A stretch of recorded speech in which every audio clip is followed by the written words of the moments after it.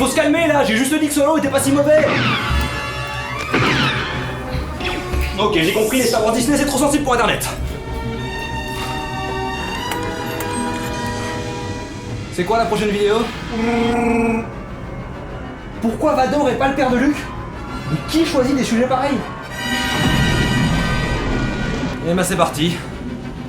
J'ai un mauvais pressentiment.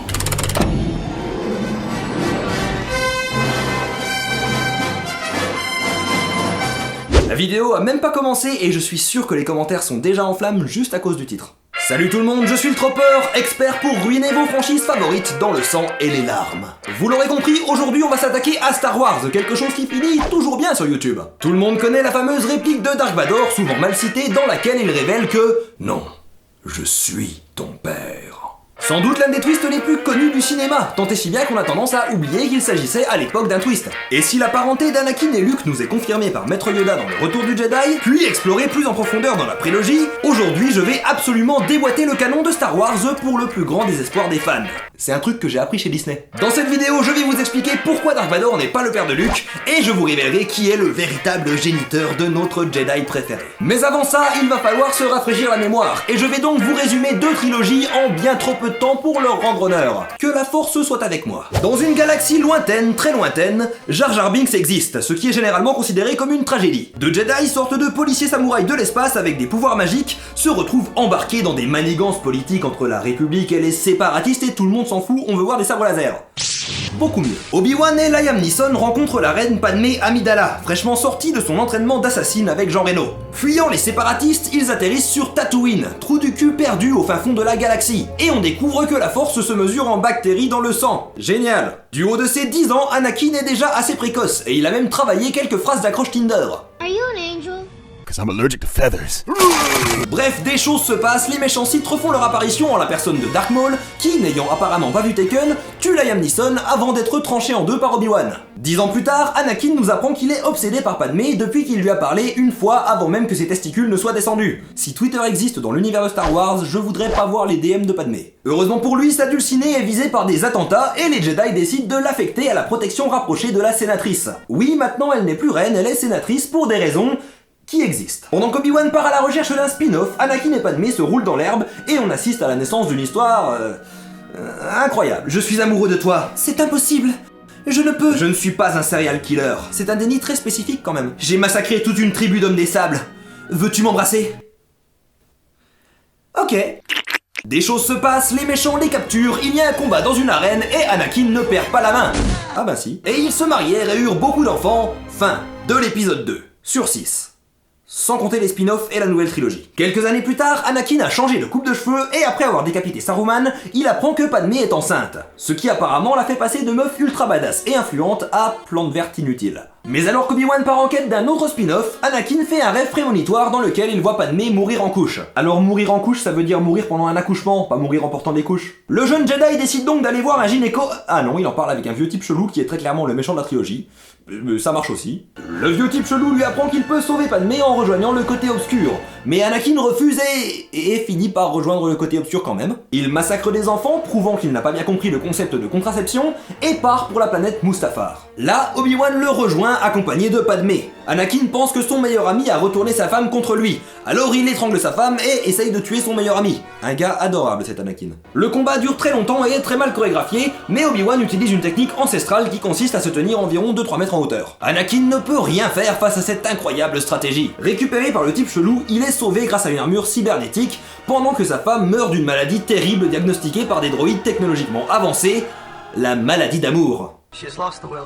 Ça c'est ce qu'on dit quand on veut pas se prendre un procès pour erreur médicale. Heureusement les droïdes ne sont pas totalement incompétents et réussissent à sauver les bébés, des jumeaux qui sont nommés Luke et Leia. Pour les protéger de l'Empire, ils sont séparés et bien cachés. Leia est envoyée dans une riche famille d'Alderaan où elle sera élevée comme une princesse, et Luke est envoyé chez le beau-frère d'Anakin dans le trou du cul de la galaxie où il était né. La couverture géniale quoi, il garde même le nom de son père. 20 ans plus tard, une bande de rebelles doivent récupérer les plans de l'étoile noire et... Non, je vais pas faire les spin-offs non plus. 20 ans et une semaine plus tard, Luke est désormais grand et il rêve de quitter son trou de balle de planète. Recevant un message de la princesse Leia, il va voir Obi-Wan qui vivait en ermite dans les montagnes depuis. Ce dernier lui apprend que son père a été tué par Dark Vador et qu'il était un chevalier Jedi. Ils partent ensuite avec Han Solo et Chic Taba à bord du Millennium Condor, désolé je fais juste ça pour faire chier les puristes, et finissent sur l'étoile noire. Ils sauvent la princesse Leia, Dark Vador tue Obi-Wan et Luke fait sauter la station spatiale. Ouais non là j'accélère, c'est plus possible. Dans le film suivant, Luke finit par affronter Dark Vador dans une scène iconique où il lui apprend la vérité. Non. Han Solo est le père de Kylo Ren. Non, ce n'est pas vrai. C'est impossible. Et il est joué par Adam Driver. Non. Bref, dans le dernier film, les gentils gagnent, Dark Vador se repentit et redevient Anakin dans l'une des pires retouches de l'édition spéciale, musique par John Williams, fin. C'est comme si 1 million de fans venaient de crier en indignation avant de se taire à jamais. Mais revenons-en à nos Ewoks. Alors, pour bien comprendre pourquoi Anakin ne serait pas le père, il faut bien comprendre sa relation avec Padmé. Oui, on se base sur la prélogie pour détruire la trilogie originale, on est complètement du côté obscur de la Force. J'en ai déjà parlé il y a très longtemps, mais pour moi, il a toujours été très clair dans l'Attaque des Clones et la Revanche des Sith que la relation entre Padmé et Anakin n'est pas saine, et que leurs interactions ne ressemblent pas vraiment à grand chose de romantique. Et au lieu d'imputer ça au très mauvais script de Lucas ou au jeu médiocre des acteurs en roue libre, je préfère considérer que ces interactions étranges sont les signes clairs d'une problématique majeure. Padmé n'aime pas Anakin. Avant de monter sur vos grands chevaux pour m'expliquer à quel point je suis aveugle à cet amour incroyable, je vous invite à regarder les scènes entre Natalie Portman et Hayden Christensen sans l'incroyable musique de John Williams.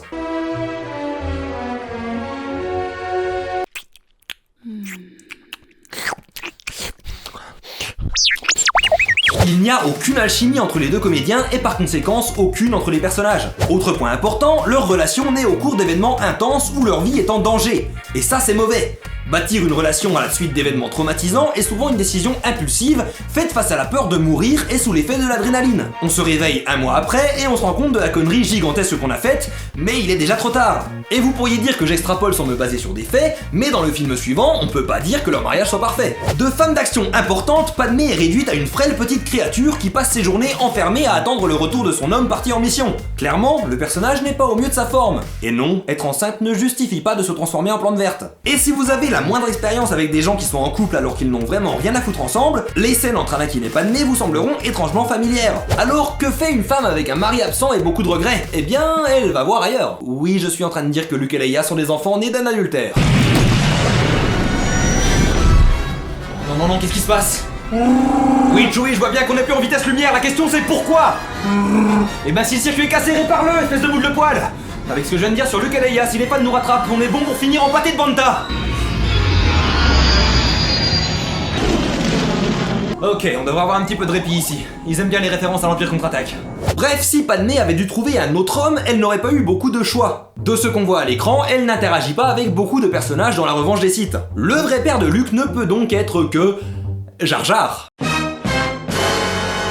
Non, je me fous de votre gueule. Le vrai père de Luke et Leia, ce n'est nul autre que, accrochez-vous bien, la réponse D, Obi-Wan Kenobi. Et je ne suis pas le seul à penser ça. J'ai même un allié de force, sans mauvais jeu de mots, sur ce coup. Anakin Skywalker lui-même. C'est lui qui soupçonne Padmé et Obi-Wan de l'avoir trahi, accusant son maître d'avoir retourné sa femme contre lui. Serait-ce fantaisiste de supposer qu'il a retourné sa femme tout court? Eh ben vas-y, écris des meilleures blagues si les miennes sont si lourdes. Ok, j'avoue, celle-là, elle est pas mal. Un autre point qui va dans le sens de cette théorie, c'est les interactions entre Padmé et Obi-Wan dans le 3e film. S'il n'y a aucune alchimie entre Portman et Christensen, on ne peut pas en dire autant quand il s'agit de McGregor. Regardez-moi le désir dans ce regard. Mais je me doute que ça ne suffira pas à vous convaincre. C'est pour ça que je vais vous montrer une ligne de dialogue en particulier. Anakin is the father, isn't he? I'm so sorry. Cette ligne est déjà lourde de sens, mais si on imagine qu'Obi-Wan et Padmé avaient une relation, elle devient carrément explosive. Si à la base elle est censée signifier qu'Obi-Wan a deviné la relation secrète entre Padmé et Anakin, avec cette nouvelle grille de lecture, elle nous montre un amant qui prend la décision de tuer son rival. Anakin est le père, demande-t-il, impliquant que s'il vit, c'est lui qui élèvera les enfants qui pourraient être les siens. Obi-Wan et Padmé ne confirment pas qu'Anakin est le géniteur de Luke et Leia, mais qu'il sera le père dans cette famille. Un père qui vient de massacrer toute une classe d'enfants. Ce n'est plus juste une question de bien contre le mal, mais d'un homme qui ne veut pas laisser un monstre élever ses enfants biologiques. Et ça donne juste tellement plus de sens au combat qui s'ensuit. On pourrait même croire que Lucas a fait exprès dès le départ, tant McGregor et Christensen ressemblent autant l'un que l'autre à un jeune Mark Hamill. Mais non, faut pas déconner, je donne pas autant de crédit que ça à George Lucas, je suis sûr que c'est un pur accident. Et si on veut pousser le vice plus loin, rappelons qu'Obi-Wan passera les 20 prochaines années de sa vie à surveiller Luke de loin avant de lui dire que son père est mort. Ce qui ne ressemble pas tant à une leçon d'un vieux maître sage, mais plutôt à un coup bas pour dire « c'est pas vraiment ton père, il s'est jamais occupé de toi ». Ce sera d'ailleurs Obi-Wan qui insistera pour que Luke tue Vador dans le retour du Jedi. Ce mec est très rancunier. Et en plus, Luke a très clairement pris de son vrai père dans la nouvelle trilogie, physiquement. On a donc d'un côté une relation clairement pas nette entre Anakin et Padmé, et de l'autre pas mal de petits points qui pourraient nous faire supposer qu'Obi-Wan est bien le père de Luke. Et sans déconner, regardez la prélogie et la trilogie originale avec cette théorie en tête, et vous les verrez d'une toute autre façon. Donc, est-ce que Vador n'est pas le père de Luke ? Oui, d'un certain point de vue. From a certain point of view. Au final, bien sûr que ma théorie n'est pas valide, c'est pas l'histoire que Lucas et Kasdan ont voulu raconter. Par contre, ça soulève un point très intéressant qui va nous mener au véritable thème de cette vidéo. Non, je fais ça tout le temps, j'utilise une théorie putaclic pour mener les gens à une réflexion. Oui, c'est aussi pour l'argent, je vois pas le rapport. Ce dont je veux vraiment parler dans cette vidéo, en me basant sur ce que je viens de raconter, c'est cette problématique. Qu'est-ce qui rend une interprétation valide ? Comme je vous l'ai dit, regardez les films avec en tête une interprétation, qui est celle qu'Obi-Wan est le père de Luke, ça changera la façon dont vous les comprenez. Et pourtant, cette interprétation n'est clairement pas celle voulue par les auteurs. Mais ça ne la rend pas pour autant moins valide qu'une autre interprétation basée sur les faits explicites de l'intrigue. Rien dans les films ne nous prouve à 100% qu'Anakin est bien le père de Luke. Jusqu'à preuve du contraire, il n'y a pas eu de test ADN. Alors, qu'est-ce qui empêcherait J.J. Abrams de nous dire dans le prochain opus que Obi-Wan est le vrai père de Luke, ou que Jar Jar est un seigneur Sith, ou que Chewbacca a un minuscule pénis ? T'as qu'à réparer le circuit plus vite! Ce sont des interprétations alternatives de l'histoire, mais si elles entrent dans le canon, elles deviennent paroles d'évangile. Et le canon Star Wars a fait couler beaucoup d'encre ces dernières années. Alors, le canon, c'est pas celui qui tire des boulets, hein, c'est ce qui est considéré comme canonique. Oui, Chewie, tu es très canon. Quand Disney a décidé que toute la littérature et l'univers étendu Star Wars n'étaient plus canoniques, ça en a énervé plus d'un. Moi aussi, j'ai grandi avec les bouquins et les jeux Star Wars, et ça fait bizarre d'entendre dire que non, rien de tout ça n'est arrivé. Et évidemment, la plus grande source de colère liée au canon, ça a été les derniers Jedi. Soudain, Luke n'est plus un maître Jedi badass et invincible, mais un vieillard aigri qui a abandonné la force. Et je suis désolé de vous le dire, mais c'est une interprétation valide du personnage. Ok, défendre les derniers Jedi, ça passe pas. Chewie, où on a l'hyperdrive ? Comment ça, réparer depuis 5 minutes ? Mais qu'est-ce que tu faisais en attendant ? Ah, les Wookiees font ça aussi. Intéressant. Bon, on est reparti. On aura besoin de la vitesse lumière pour semer les haters.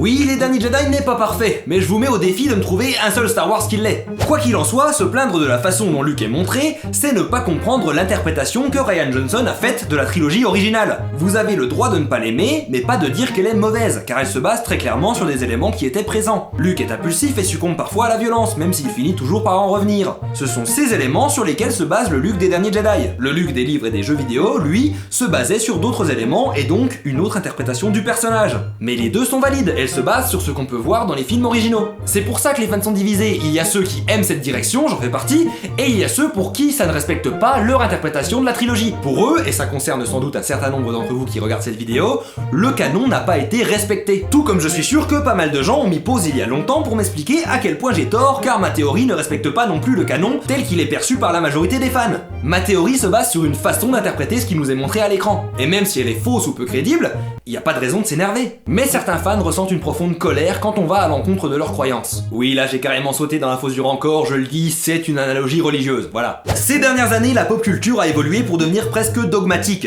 Il faut aimer Star Wars, mais pas Twilight.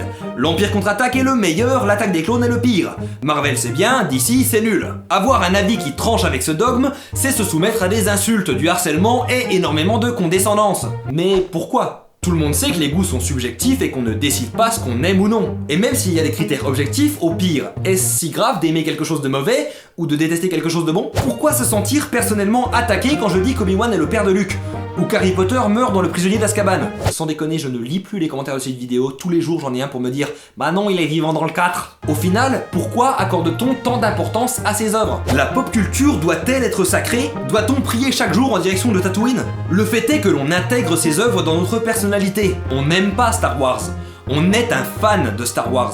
Ça devient une part de nous. Et la façon dont nous interprétons les films devient également une partie de qui nous sommes, au point que toute autre interprétation est ressentie comme une attaque personnelle. Quand Disney fait des changements drastiques dans l'univers Star Wars, on le ressent comme quelque chose qui nous affecte nous, en notre sein. Mais pourtant, nous ne sommes pas Star Wars, nous consommons Star Wars. Ces œuvres sont censées nous offrir du divertissement et du plaisir, nous permettre de nous retrouver avec d'autres gens autour d'un univers que l'on aime. Si ces œuvres commencent à nous faire ressentir de la peur, de la colère, de la haine, de la souffrance, qui sont la voie vers le côté obscur, alors il faudrait peut-être arrêter. Une obsession pour un univers imaginaire ne doit pas devenir destructrice. Pour sortir une phrase que je n'aime pas beaucoup mais qui est pourtant vraie, c'est qu'un film, ou bien c'est qu'une vidéo YouTube. On en est à un point où la relation entre les fans et la saga est tellement malsaine qu'ils en viennent à harceler les acteurs. Et croyez-moi, dans cette relation abusive, les films c'est pas de nez. Il n'y a que les fans qui deviennent des seigneurs-Sith. Alors si jamais vous vous êtes déjà senti blessé par un opus de la saga, ou par une théorie sur internet, ou par un fanart de Han qui embrasse Chewie,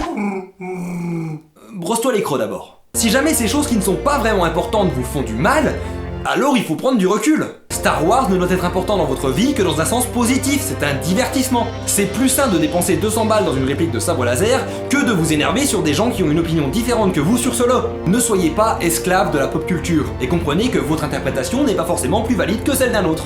Même si cet autre se retrouve à réaliser le prochain opus de la saga. En gros, détendez-vous les couilles, ça vous fera du bien. Comme Obi-Wan, le père de Luke, l'a si bien dit, tout est une question de point de vue. Sur ce, la vidéo touche à sa fin, j'espère qu'elle vous aura plu. Si c'est le cas, n'hésitez pas à la partager, laisser un pouce bleu et commenter. Vous pouvez également me soutenir pour pas un rond en regardant des pubs sur ma page Utip, les liens sont dans la description. On se retrouve une prochaine fois pour plus de blasphème sur des franchises adorées. Tropper, out.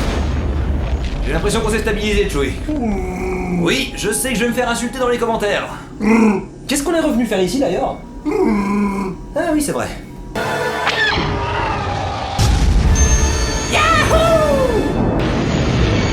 La route est dégagée, petit gars. Fais-moi péter cet engin et on rentre.